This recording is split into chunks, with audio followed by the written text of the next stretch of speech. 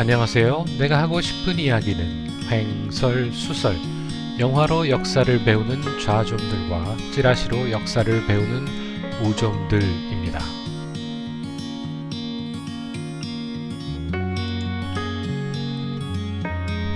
뉴라이트 역사학계의 데브라블리우는 이영훈 교수가 반일 종족주의라는 책을 발표하였습니다. 그를 보수파라 믿고 따르는 많은 이들이 그가 쓴 책을 읽으면서 또 다른 역사 왜곡을 진정한 역사인 양 믿으면서 자신들은 좌파들과는 다르다는 일종의 자만심을 갖고 살아갈 것입니다. 아직 반일 종족주의를 읽어보지는 못했습니다. 기회가 된다면 한번 읽어보겠지만 아마도 그는 종북 좌파들의 무조건적 반일파리에 대적하고자 무리하게 친일파리를 했을 것이라 생각합니다. 이영훈 교수가 주장하는 구한말의 일련의 사태는 무조건적으로 고종과 민비의 잘못이라 하는 것이 많은 보수우파들에게 공감을 사고 있다는 것이 참으로 개탄스럽다 아니할 수 없습니다.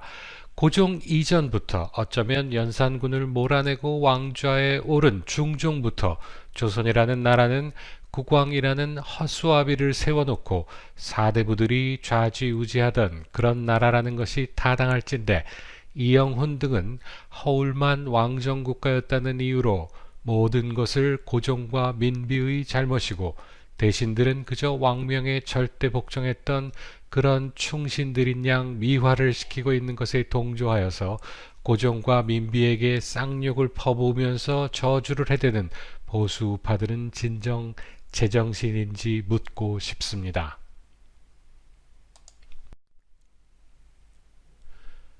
이영훈이 주로 인용하는 매천야록이라는 것의 실체는 시중에 떠도는 소문을 방구석에 틀어박혀 앉아있던 매천 황현이 기록으로 남겨놓은 것으로 요즘으로 따지면 찌라시 수준의 글이라는 것을 알만한 사람들은 다 알고 있습니다. 그런데 그런 찌라시를 진정한 역사인 양 강연을 하고 그런 찌라시를 읽어대는 이영훈을 구한말 역사를 심도 있게 연구한 역사학자라 착각을 하고 그가 주장하는 것을 고지곳대로 앵무새처럼 되뇌이는 보수 우파 젊은이들을 볼 때 대한민국의 미래가 암담하다는 것을 다시 한번 느낍니다. 찌라시가 결코 100% 거짓만을 말하지 않고 일정 부분 사실도 있듯이 매천야록에도 일정 부분 사실도 있습니다.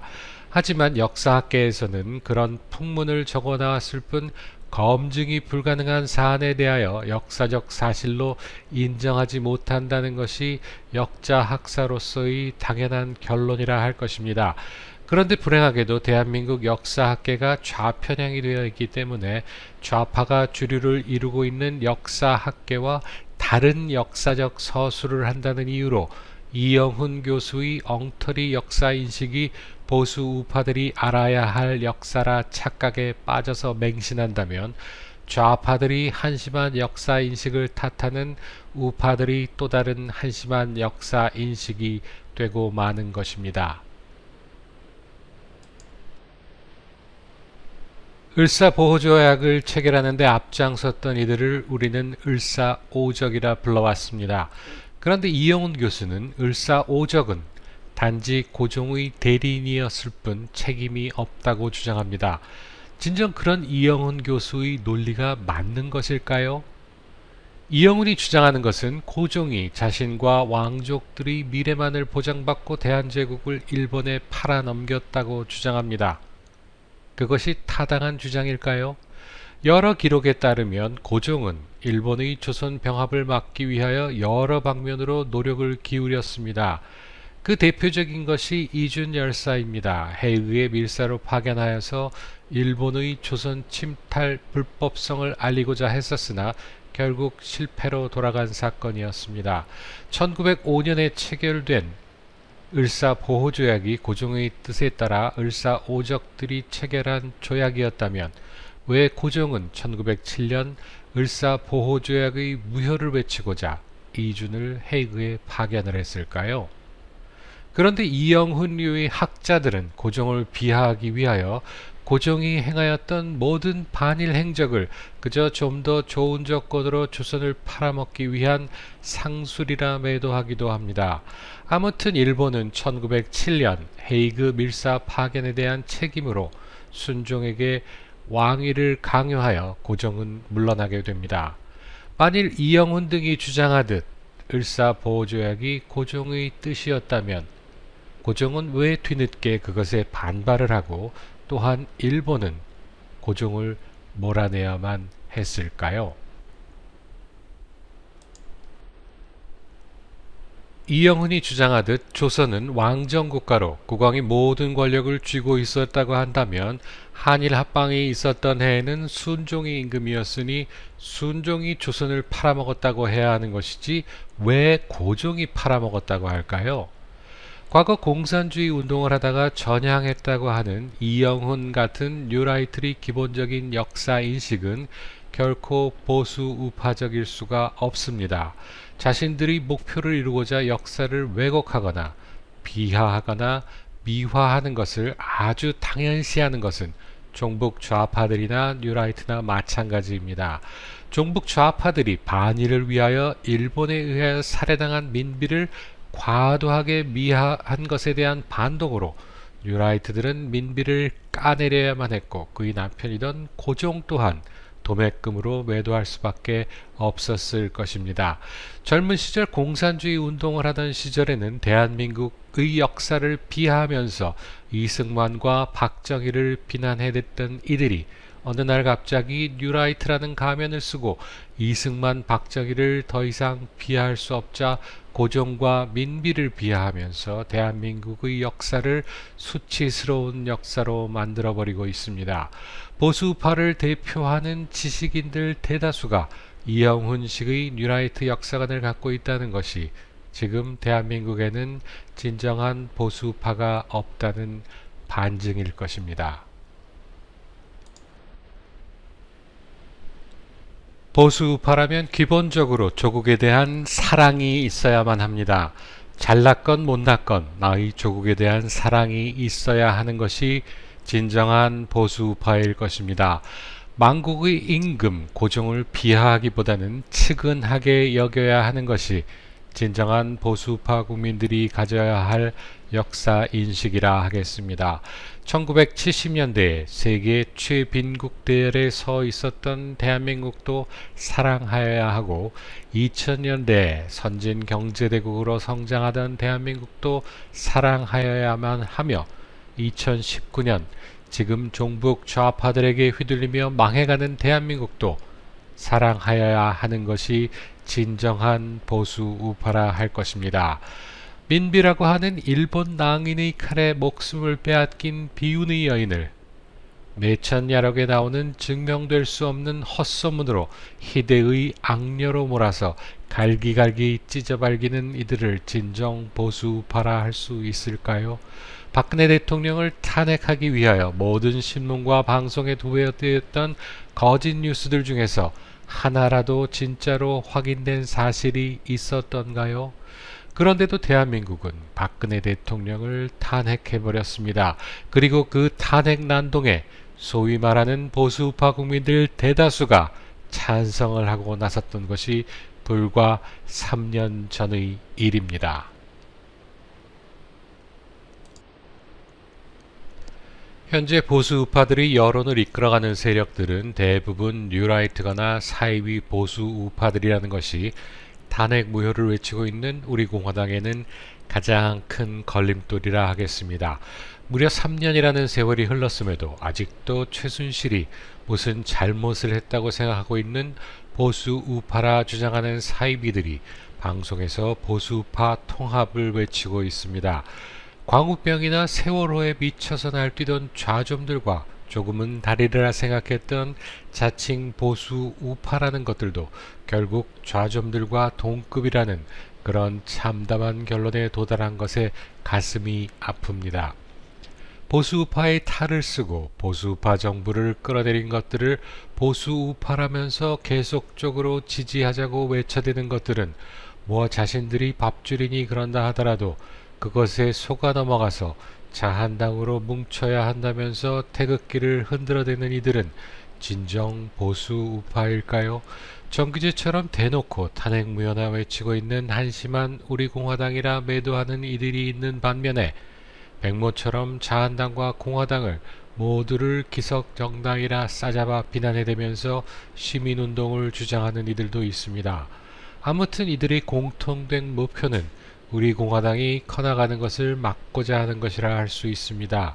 태극기 애국 국민들의 의견을 무시하고 단찬 세력들이 손을 잡는 자유한국당에 대항하여 만들어진 우리 공화당을, 탄핵 무효를 외치고 있는 유일한 정당인 우리 공화당을 기성정당이라면서 매도를 해대는 이들은 그들이 의도한 것이 우리 공화당을 고립시키는 것이 아니라 하여도 그들의 행동은 우리 공화당을 방해하는 결과로 나타날 수밖에 없다 하겠습니다.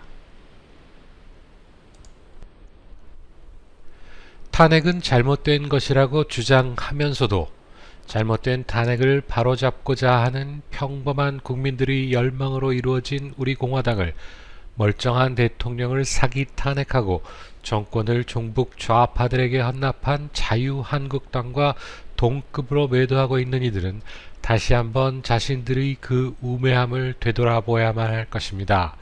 일본은 조선병합의 가장 큰 걸림돌을 민비라 생각했을 수도 있고, 고종을 죽일 수 없으니 민비를 죽여서 협박을 했을 수도 있는 것이지만, 그들의 행위에 대하여 조선 백성들의 반발을 최대한 줄여보고자 민비에 대한 나쁜 소문을 키워서 희대의 악녀로 만들었다 생각되지는 않으신가요? 박근혜 대통령을 탄핵하기 위하여 온갖 헛소문을 양산해내고 그것에 광분한 좌좀들과 상당수의 우좀들이 촛불을 들고 거리로 나섰고, 그것을 핑계 삼아서 엉터리 탄핵 소추안을 통과시킨 자들과 그 엉터리 탄핵 소추안을 근거로 탄핵을 인용해버린 자들이 소위 말하는 보수 우파들이라는 것을 아시나요? 대한민국에는 이미 진정한 보수 우파 지도자들은 없습니다. 모두가 자신들의 일신영달을 위한 정치 자영업자들일 뿐입니다.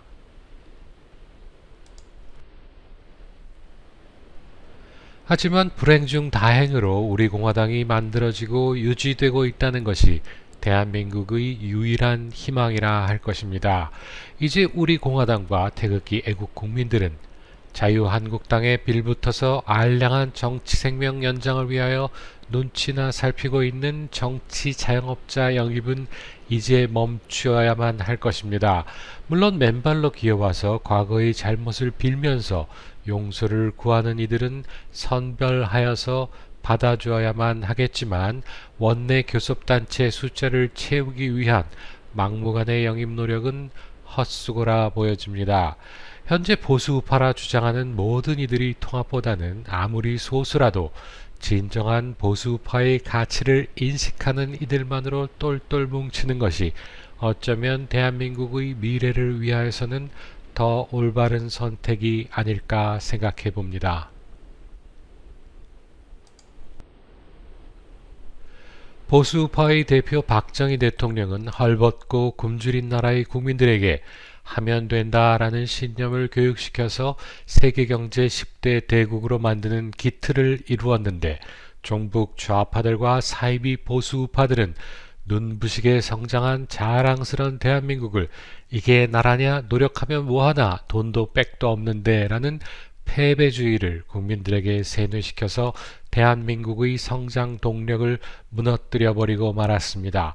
부모가 가난해서 물려줄 재산이 없다고 부모를 비하하면서 자신이 현재 못 사는 것을 부모 탓만 하면서 어떡하든 자신의 자식들에게는 가난을 대물림하지 않아야 한다는 생각은 하지 않고 그저 남 탓만 하고 있는 것이 현재 대한민국 국민들의 보편적 정서가 아닐까 합니다.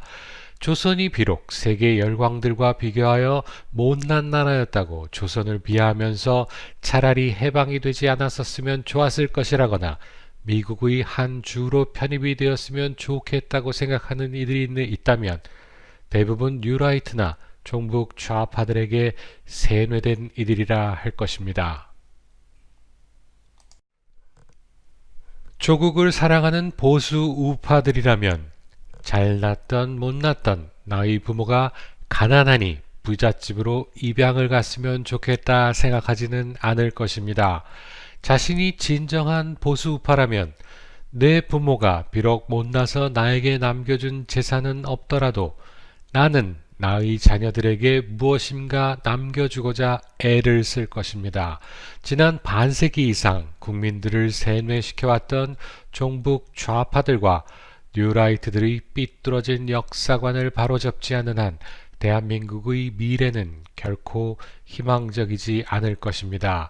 대한민국을 바로 세우기 위한 첫걸음은 참된 보수파 정신을 일깨우는 것에서 시작한다는 것을 꼭 기억하시기 바랍니다.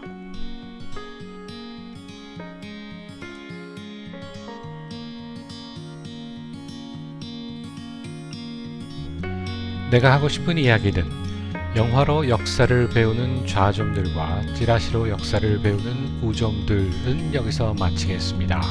다음에 다시 만나요. 감사합니다.